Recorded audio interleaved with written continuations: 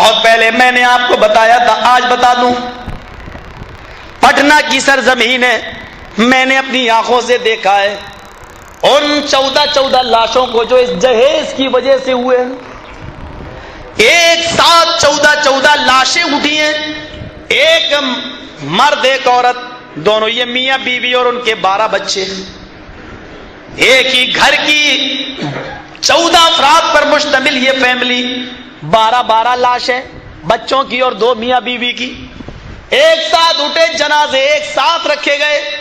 ان جنازوں میں بھی شریک تھا، پوری پٹنہ کی سٹی کانپ رہی تھی، کیونکہ 14 جنازے پہلی بار کسی نے اٹھائے، پہلی بار وہ قبرستان کے اندر لے گئے، پہلی بار ان کا ایک ساتھ لگا کر ایک مرتبہ جنازے کی نماز پڑھی گئی، پہلی مرتبہ 14 لاشوں کو ایک ایک کر کے قبر میں اتارا گیا، پورا پٹنہ کانپ رہا تھا۔ جانتے ہو یہ منظر کیوں پیش آیا؟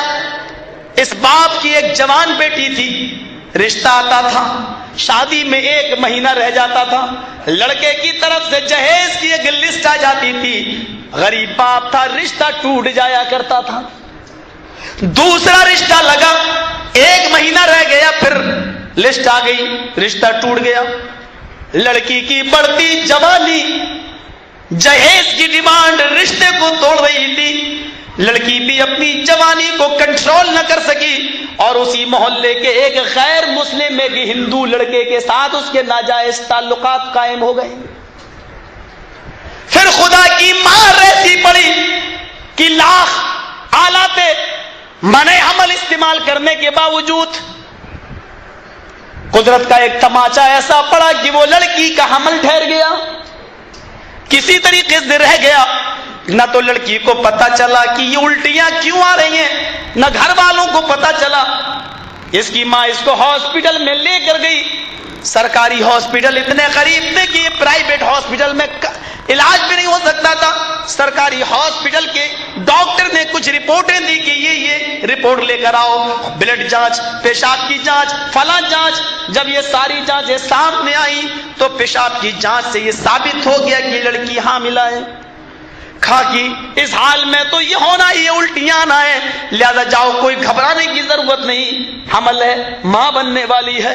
لڑکی کی ماں کے پیروں کے نیچے سے زمین سرک گئی۔ اسپتال میں اور بھی لوگ ہوا کرتے ہیں، دھیرے دھیرے یہ خبر جنگل کی آگ کی طرح پورے محلے میں، پھر پورے پٹنہ میں پھیل گئی۔ اب جہاں اس لڑکی کا بھائی نکلتا لوگ چڑھاتے، کتنی گرمی ہے اس کی بہن میں، ارے ہندو ہی ملا تھا، ہم لوگ کیا مر گئے تھے، اس طریقے کے تانے مارے جاتے، لڑکی کے باپ کو بھی ستایا جاتا۔ ایک دن لڑکی کا باپ ان تانوں سے تنگ آ گیا اور اس نے ایک میڈیکل اسٹور سے زہر کی شیشی خریدی اور چپکے سے جب اس کی بیوی کھانا بنا رہی تھی تو پورا زہر اس پکتے ہوئے کھانے میں ڈال دیا، دروازہ اندر سے بند کیا، دسترخوان لگایا، کہا آج میری چھٹی کا دن ہے، سب بچے میرے ساتھ بیٹھ کر کھانا کھاؤ۔ سب بچوں نے، بیوی نے بیٹھ کر کھانا کھایا۔ تھوڑی دیر کھانا کھانے کے بعد پھر کیا ہوتا ہے، تھوڑی دیر کے بعد تڑپنے لگتے ہیں لوگ، لیکن دروازہ بند تھا، چیخ اور پکار کی آوازیں آ رہی ہیں، لیکن باہر سے اندر آئے کون، دروازہ تو اندر سے بند تھا۔ جب تک دروازہ توڑا گیا یہ 14 کی 14 لوگ مر چکے تھے، ان کا انتقال ہو چکا تھا۔ پولیس کو خبر دی گئی، پولیس آئی، ڈیڈ باڈی کو اٹھا کر پوسٹ مارٹم کے لیے لے جایا جاتا ہے۔ پوسٹ مارٹم کی رپورٹ یہ آتی ہے سب کو زہر دے کر مارا گیا ہے۔ 14 لاشیں ایک ساتھ اٹھی، میں ان جنازوں میں شریک تھا، اس مٹی میں شریک تھا۔ میرے بھائیوں یہ منظر میں نے اپنی نظروں سے دیکھا ہے۔ اگر جہیز کی ڈیمانڈ اور لسٹ اس لڑکی کے باپ کو نہ دی جاتی تو آج یہ لڑکی بھی زندہ ہوتی، آج اس کے باپ بھی خوشیاں منا رہے ہوتے، آج وہ نانا ہوتے، آج کوئی دادا ہوتا، یہ کسی کی ماں ہوتی، کوئی کسی کا بیٹا ہوتا۔ یہ 14 لاشیں اٹھی تو یہ دین ہے اس بدترین جہیز کی، یہ لعنت ہے اس بدترین جہیز کی۔ میرے بھائیوں جس کو آج جہیز فاطمہ کے نام سے یاد کیا جاتا ہے کہ اللہ کے نبی نے بھی اپنی بیٹیوں کو دیا ہے، حضرت فاطمہ کو دیا ہے، کیا جواب دو گے قیامت کے دن؟ کیا میرا نبی انصاف کا مرڈر کرنے والا تھا؟ کیا میرا نبی اپنی 3 بیٹیوں کو وہ کچھ بھی نہ دے؟ میرے بھائیوں، کیا وہ غیر منصف تھا؟ کیا وہ انصاف کرنے والا نہ تھا؟ کیا اس کے دل میں بھی آ سکتا تھا کہ میں اپنی بیٹیوں کے درمیان انصاف نہ کروں؟ فاطمہ کو سب سے زیادہ چاہتا ہوں، سب سے زیادہ اسی کو دوں اور بیٹیوں کو محروم کر دوں؟ کیا یہ خیال نبی کے دل میں بھی آ سکتا تھا؟ یہ الزام لگانے والوں، قیامت کے دن تم کیا جواب دو گے جناب محمد رسول اللہ صلی اللہ علیہ وسلم کو؟ یہ جہیز کی لعنت ہے۔ آؤ جہیز کی اسرو میں بدترین لعنت میں بہ رہے ہو تو میں آپ کو بتاؤں، ان موبائلوں سے جو غلط تعلقات قائم ہو رہے ہیں لوگوں، انسانیت کے ساتھ بتاؤ کیا ان موبائلوں کا مس یوز ہو رہا ہے یا نہیں ہو رہا ہے؟ میں ایک بات انڈیا میں کہتا ہوں، آپ کو بھی کہتا ہوں، میری اس بات کا انڈیا کے لوگوں نے برا نہیں مانا، شاید ہو سکتا ہے کہ آپ بھی برا نہ مانیں، اور مانے تو میری بلا سے مجھے کوئی پرواہ نہیں۔ سن لو، لڑکیوں کو جو موبائل ہاتھ میں دے دیے اور یہ کالجوں میں اور یونیورسٹیوں میں جا رہی ہیں، سب سے زیادہ ان موبائلوں سے ریکارڈ خراب ہوا ہے ہماری بیٹیوں کا، ہماری بہنوں کا، ان سے سب سے زیادہ ماحول بگاڑا ہے۔ اور آپ کو بتاؤں میرے بھائیوں، دکن حیدرآباد میں گیا ہوں، وہاں کی ایک لڑکی علی گڑھ میں پڑھتی تھی، ارلی فنکشن میں گیا، میں اس لڑکی سے ملا اس لیے کہ اس کے یہاں میرے پروگرام میں جا چکا تھا حیدرآباد میں، باپ نے کہا تھا کہ آپ کے یہاں علی گڑھ میں پڑھتی ہے، وہ قریب ہے، میں ملا۔ اس لڑکی نے مجھ سے کہا، مولوی صاحب میرے باپ مجھے گھر میں گھسنے نہیں دیتے، بہت پوچھا میں نے لیکن نہیں بتایا۔ پھر ایک موقع پر میں اس کے گھر گیا حیدرآباد، میں نے اس کے باپ سے بات کی، یار تمہاری بیٹی وہاں پڑھتی ہے، پی ایچ ڈی مکمل ہو چکی ہوگی، اب کیا بات آتی کیوں نہیں؟ بس مولانا اس کا نام مت لو میرے سے۔ ہم نے کہا کیوں؟ کہا میری بیٹی پی ایچ ڈی کر رہی تھی، میں اس کے لیے لڑکا دیکھ رہا تھا یہاں، اور میں نے آپ سے بھی کہا تھا کہ آپ بھی پڑھا لکھا کوئی لڑکا دیکھیے، میری بیٹی اب آخری فائنل میں ہے اور وہ پی ایچ ڈی کرے گی، عمر زیادہ ہو چکی ہے، میں اس کی شادی کر دوں، آپ نے بھی وعدہ کیا تھا انشاءاللہ میں نظر میں رکھوں گا۔ میں نے کہا پھر کیا ہوا؟ کہا ہم گئے اور روتے ہوئے لیٹر لائے گا، پڑھ لیجیے اس کو۔ میں نے اس لیٹر کو پڑھا جو ہندی میں لکھا ہوا تھا، اس لیٹر میں لکھا تھا کہ ابو جان میرے لیے لڑکا تلاش کرنے کی ضرورت نہیں، میں نے کورٹ میرج کر لی ہے۔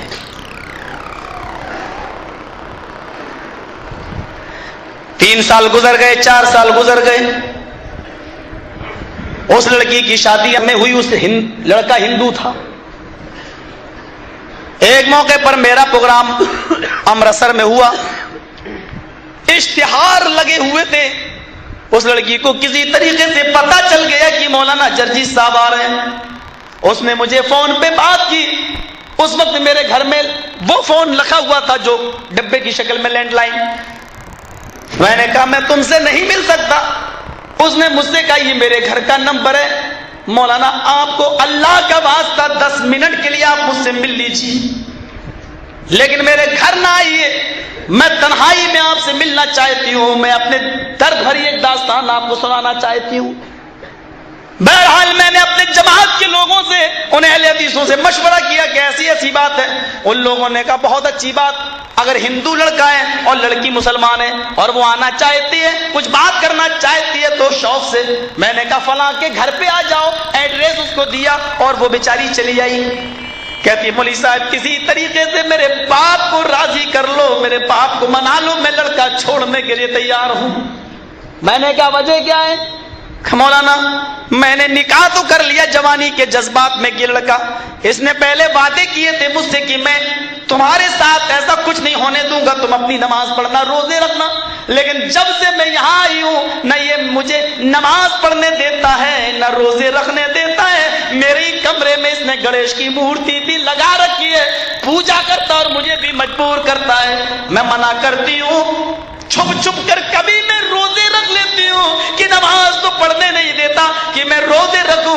رمضان کا مہینہ آتا ہے تو یہ آزماتا ہے کہ دیکھیں یہ روزے سے ہے یا نہیں، تو یہ دن میں بھی مجھ سے ہم بستری کرتا ہے، دن میں بھی مجھ سے ملاقات کرتا ہے۔ میری آئے مولانا مجھے صرف اس بات کی فکر ہو رہی ہے، صبح کا بھولا شام کو گھر آ جائے، بھولا ہوا نہیں کہتے، مجھے اس بات کی فکر ہو رہی ہے کہ کہیں اس کے گھر میں مجھے موت نہ آ جائے، 2 گج زمین بھی مجھے دفن ہونے کے لیے نہیں ملے گی، اور مجھے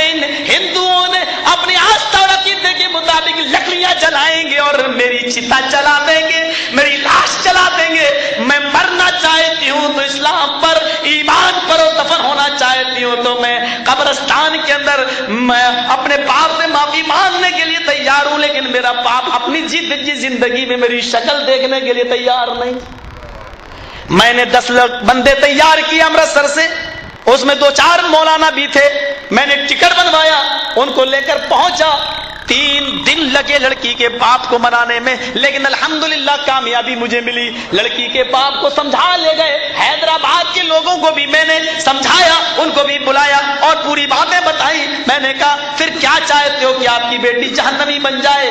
آ جانے دو اس کو, نکاح ہی نہیں, جب ہندو لڑکے کے ساتھ کورٹ میرج نہیں تو طلاق کی ضرورت بھی نہیں. آپ اس سے کہیے کہ اس کو بلا لیجیے اور جہاں آپ چاہیں گے اس کا رشتہ کرا دیجیے. یہ زندگی اس کے ساتھ جو گزر رہی ہے وہ بہت گھٹ رہی ہے. بہرحال لڑکی کے باپ تیار ہوئے اور پھر ایک پلاننگ کے تحت اس لڑکی کو باہر نکالا گیا اس کے گھر سے اور ٹرین پہ بٹھا کر لایا گیا. اس لڑکی نے وہاں آنے کے بعد کورٹ میں یہ بیان دے دیا. اس میں لڑکے نے, ہندو لڑکے نے ہم لوگوں کے خلاف کیس دائر کیا. لڑکی نے بیان دیا اپنی مرضی سے شادی کی ہے, اب یہ مجھے نہ نماز پڑھنے دیتا نہ روزہ رکھنے دیتا ہے, میں اس کے ساتھ رہنا نہیں چاہتی ہوں. لڑکی کے بیان کے مطابق طلاق نامہ کورٹ سے بھی مل گیا.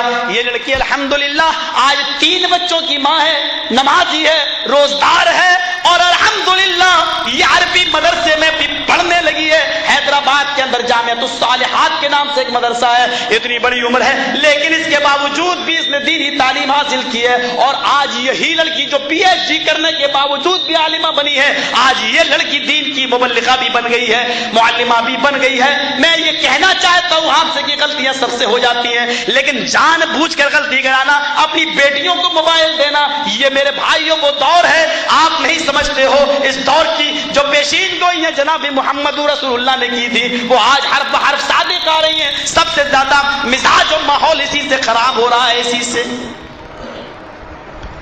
اس واقعے کو یاد کرو کہ کلکتہ کی وہ لڑکی جس کے رشتے بار بار جہیز کی ڈیمانڈ کی وجہ سے ٹوٹتے جا رہے تھے, ایک دن حیدرآباد کا ایک لڑکا بغیر جہیز کے شادی کر کے لے آیا. 5 دن اس نے حیدرآباد میں اپنے ساتھ رکھا اور پھر 5 دن کے بعد حیدرآباد کی ایک بہت بڑی 5 اسٹار ہوٹل میں 20,000 روپے میں نیلام کر دیا, بیچ دیا.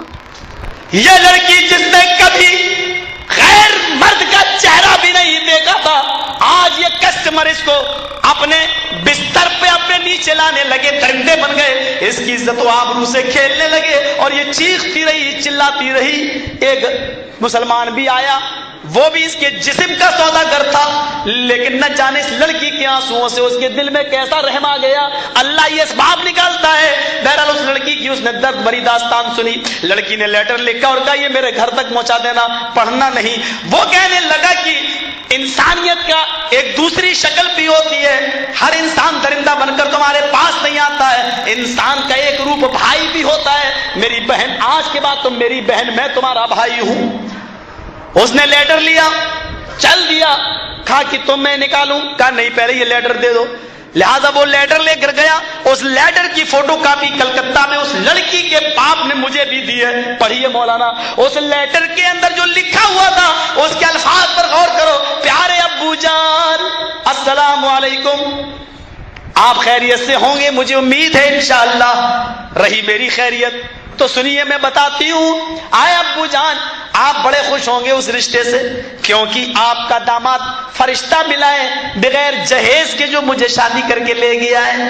لیکن میں یہ کیسے بتاؤں, وہ فرشتہ نہیں پرلے درجے کا شیطان ہے. 5 دن اس نے اپنے پاس رکھا اور اس نے 5 اسٹار ہوٹل میں مجھے بیچ دیا. آئے ابو جان آ جاؤ اور مجھے نکال لو. پھر کہتی ہے نہیں, اس ہوٹل کے مالک کے بہت وسیع تعلقات ہے, آپ کو لمبا کیس لڑنا پڑے گا. اور آئے ابو جان, اس کیس میں لڑتے لڑتے آپ کا یہ اپنا گھر بھی بک جائے گا, یہ گھر بھی نیلام ہو جائے گا, تب جا کر کے آپ مجھے چھڑا بھی پائیں گے. آئے ابو جان, پھر میں اب اس لائق بھی تو نہیں رہ گئی کہ میں اپنی شکل آپ کو دکھلا سکوں, اپنی سہیلیوں کے سامنے آ سکوں. میں ناپاک اور گندی ہو چکی ہوں, میرے جسم سے درندے کھیل چکے ہیں. ہے ابو جان, صبح کا سورج نکلنے سے پہلے میں نے یہ فیصلہ کر لیا ہے، یہ جانتے ہوئے بھی کہ خودکشی حرام ہے، لیکن اس ناپاک زندگی سے میرا مر جانا پھر بھی بہتر ہے۔ میں نے اپنی اوڑھنی پنکھے میں لگا رکھی ہے، صبح کا سورج نکلنے سے پہلے میں خودکشی کر کے مر جاؤں گی، صبح کا سورج مجھے دیکھنے کو نہیں ملے گا۔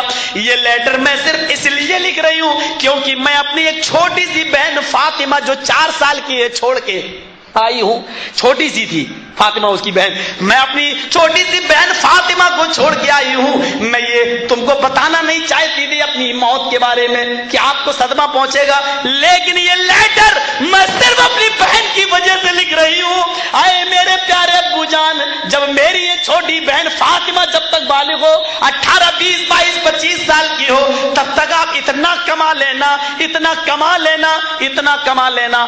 آگے کے الفاظ پر غور کرو جو اس نے لکھے ہیں، میرے نہیں ہیں، اس لڑکی کے ہیں جو خودکشی کر کے مر گئی، اس کے ہے۔ آئے ابو اتنا کما لینا، اتنا کما لینا کہ میری بہن کا جب رشتہ کرو تو جو کتا جتنی ہڈیاں مانگے اس کے سامنے اتنی ہڈیاں پھینک دینا۔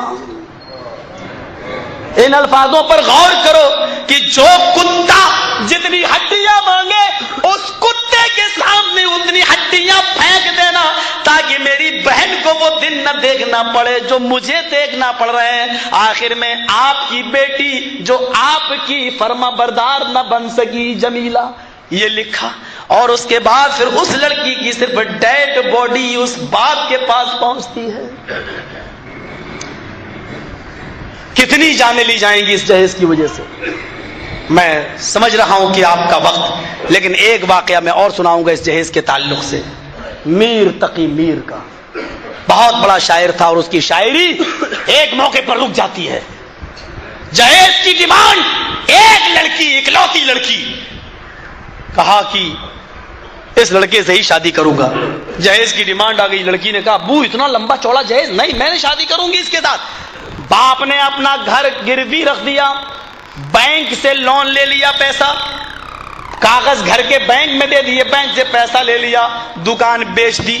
باپ کی دکان بک گئی لیکن جہیز پورا نہیں ہو سکا، پھر گھر کو بھی گروی رکھ دیا لیکن جہیز پورا نہیں ہو سکا۔ بہرحال قرض لیا اور کسی طریقے سے شادی کر لی۔ لڑکی منع کرتی رہی کہ اس درندے سے شادی نہ کرو جس کو آپ کی مال سے محبت ہے، بیٹی سے نہیں۔ کہا بیٹی اس گھر میں تم خوش رہو گی، اکیلی تو بیٹی ہو، مجھے کرنا کیا ہے، شادی کر لو۔ باپ نے زبردستی اسی جگہ شادی کر دی، کیونکہ لڑکا بہت فنکار تھا اور بہت اسمارٹ تھا، اور وہ لڑکی کو آرام سے رکھ سکتا تھا۔ باپ نے یہ چیز تو دیکھی، بہرحال رخصتی کر دی۔ بیٹی اپنے باپ کے گلے سے چپک گئی، رخصتی کے موقع پر رو رہی ہے۔ لوگ سمجھ رہے ہیں کہ اس لیے رو رہی ہے کہ رخصتی کے موقع پر ہر لڑکی روتی ہے، لیکن یہ معاملہ تو دوسرا ہے۔ وہ یہ سوچ کر رو رہی ہے کہ ابو یہ بینک کا قرض کیسے ادا کرو گے، یہ دکان جو بیچ دی ہے اور لوگوں کا قرض کیسے ادا کرو گے۔ آئے ابو جان اتنا لمبا چوڑا قرض آپ نے اپنے سر پہ رکھ لیا میری محبت کی خاطر، میری جوانی آپ کے اوپر کتنی مصیبت بن گئی ہے۔ کہا بیٹی گھبرانے کی ضرورت نہیں، تیرا باپ سب ادا کر دے گا۔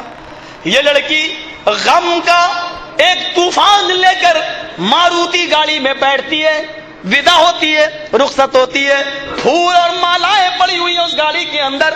2 گھنٹے کے اندر سسرال پہنچتی ہے، رات کے 10 بجے ودا ہوتی ہے، 12 بجے سسرال پہنچتی ہے۔ 1 گھنٹے تک اس محلے کی، علاقے کی لڑکیاں نشانے ستم بناتی رہی۔ رات کے 2 بجے کمرہ خالی کر دیا گیا۔ شوہر اپنی بیوی کے پاس جاتا ہے، سلام کرتا ہے، لیکن اس کی بیوی میر تقی میر کی بیٹی جواب نہیں دیتی۔ وہ چارپائی پر بیٹھا، میر تقی میر کی بیٹی کہتی ہے نیچے سو جاؤ۔ کہا کیا بات ہے؟ کہا تم کو میرے مال سے محبت ہے، جاؤ مال نیچے رکھا ہوا ہے، شوق سے اس کے ساتھ سو جاؤ، اسی کو چومو چاٹو، جو کرنا اسی کے ساتھ کرو، میں تمہاری کون ہوں؟ کہا میری پیاری بیوی آج کی رات حجتوں کی رات نہیں، بحث کی رات نہیں ہوتی، آج کی رات وہ رات ہے جس کی ہر نوجوان لڑکے لڑکی کو انتظار ہوتا ہے۔ آج کی رات تو بحث و مباحثے میں مت گزارو۔ اس نے سر سے اوڑھنی اتاری اور اس کو ہاتھ پکڑ کے اپنے ساتھ اپنی باہوں میں لینا چاہا۔ لڑکی دردناک چیخ مارتی ہے، ہٹ جاؤ میرے قریب سے، ہٹ جاؤ، دور ہو جاؤ میرے جسم سے۔ اتنا کہا اور اس لڑکی کو چکر آئے، غشی آئی، زمین کے اوپر گری، بے ہوش ہوئی، اور جیسے ہی گری ویسے اس کی روح قبض سے عنصری سے پرواز ہو گئی، مر گئی۔ خبر جنگل میں آگ کی طرح پھیلی، محلے میں یہ خبر پہنچانا ضروری تھا امیر تقی میر کو بھی کہ تمہاری بیٹی کا انتقال ہو گیا۔ ایک قاصد بھیجا گیا گاڑی بک کر کے، وہ گیا، دروازہ کھٹکھٹایا، امیر تقی میر کی بیوی نکلی، کیا بات؟ کہا آپ کے ہسبینڈ کہاں ہیں، شوہر کہاں ہیں؟ نماز پڑھنے گئے ہیں۔ وہ مسجد کی طرف بھاگا، سلام پھیرا جا رہا تھا، السلام علیکم ورحمت اللہ، السلام علیکم ورحمت اللہ۔ میر تقی میر ابھی دعا ہی مانگ رہے تھے، چہرے پہ انہوں نے ہاتھ پھیرا، اس لیے کہ وہ مسلکن اہل حدیث نہیں تھے میرے بھائیوں، انہوں نے دعا مانگی، چہرے پہ ہاتھ پھیرا، مسجد سے باہر نکلے۔ قاصد نے کہا چلیے آپ کو اور آپ کی بیوی دونوں کو چلنا ہوگا۔ کہا کیوں؟